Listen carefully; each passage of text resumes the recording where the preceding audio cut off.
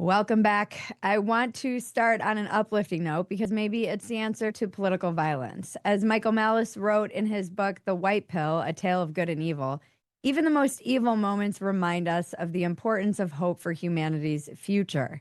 I'm looking for that hope a lot lately.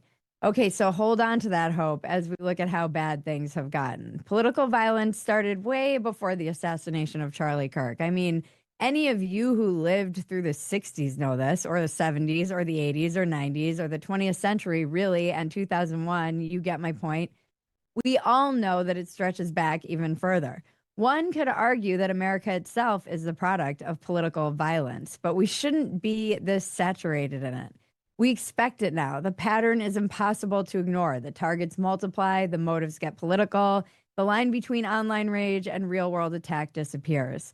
A sitting member of Congress shot in the head, a House whip nearly killed at baseball practice, a governor targeted for kidnapping, a mayoral candidate almost assassinated, a CEO executed in the street, a governor's mansion firebombed, two diplomats gunned down, a state representative and her husband murdered in bed, two assassination attempts on Trump, and a national conservative figure shot dead on stage. That's just the last decade and a half, and that's not an inclusive list by all means.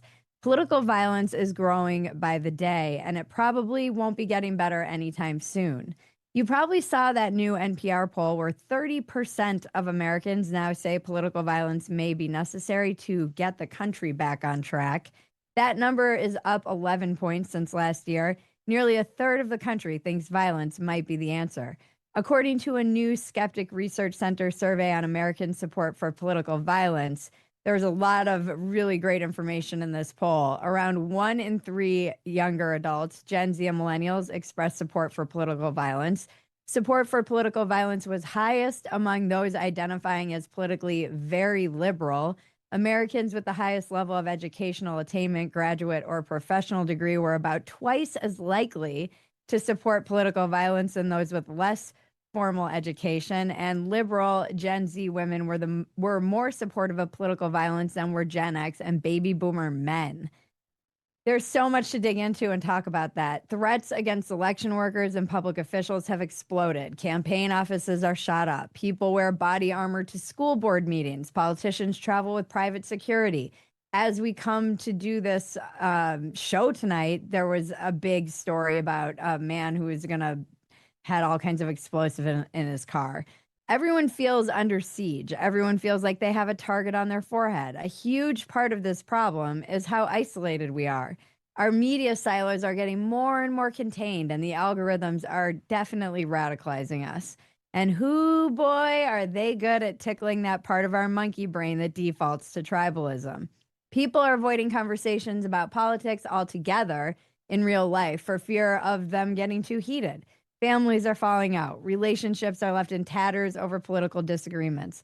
Without any real world pushback, we drift further and further apart, dehumanizing people who disagree with us as evil or Nazis and becoming more and more certain that we are the one who is right and righteous.